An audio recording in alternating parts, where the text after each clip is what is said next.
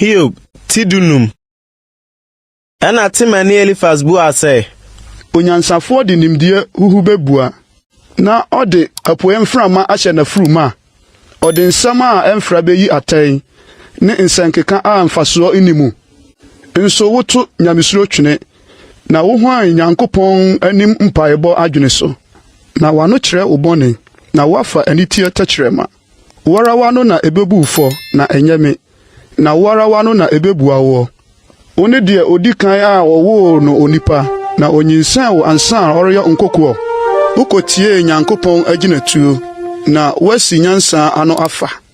Ɛdeɛ na wonima a yenim na wonhunu mu a eni yɛ nkyɛn. Deɛ wafu dwuno ne akɔkora wɔ yemu. Deɛ ɔsene wagya pani mpo. Nyankopɔn awura kyekyere sawani so. Ana asɛm a ɔne wo ka no brɛ.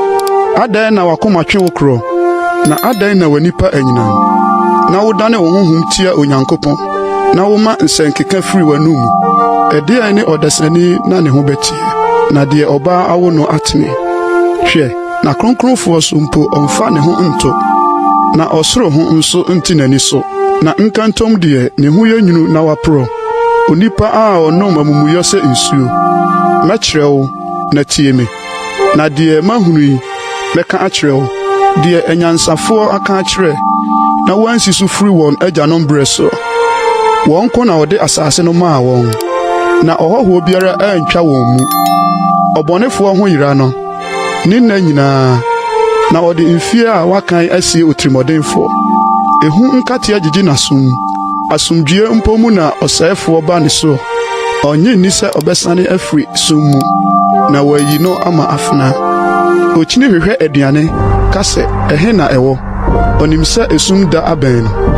Ahohiahia ne ahokyere yi ne ho. Etintim ne so sɛ ɔhene a wasiesie ne ho ama mmoanim ko. Efiri sɛ watene ne nsa atia Onyankopɔn. Na wate otumfoɔ so atua. Ɔde kɔn a asene ato aba ne so. Nina kyɛm akyi apoapo a emu yɛ duro no. Efiri sɛ wama ne sradeɛ akata n'anim. Na wama ne mfin mu agu mmɛbɛ. Na wakɔtena nkuro a aguo so.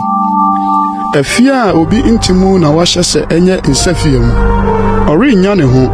Na nade dodoɔ nso renyina. Na ne nnɔbae renkonkɔm mma fam. Ɔremfiri so mu mfi. Ogyaframa bɛma ne nuaban adwan. Na mframa bɛpra ne nhyirɛne akɔ. Mma no mfa ne ho nto ahuhudeɛ so nnaadaa ne ho. Na ahuhudeara na ɛbɛyɛ n'akatua. Ne dan nya nnuruyɛ no na akatua no bɛba. Na ne duban renyɛ frɔmfrɔm. Ɔbɛpere na sa abunu sɛ obobedie. Na wawoso ne nhyirɛne agu sɛ nguduadeɛ. Na abɔnefoɔ fekuo bɛyɛ abonini.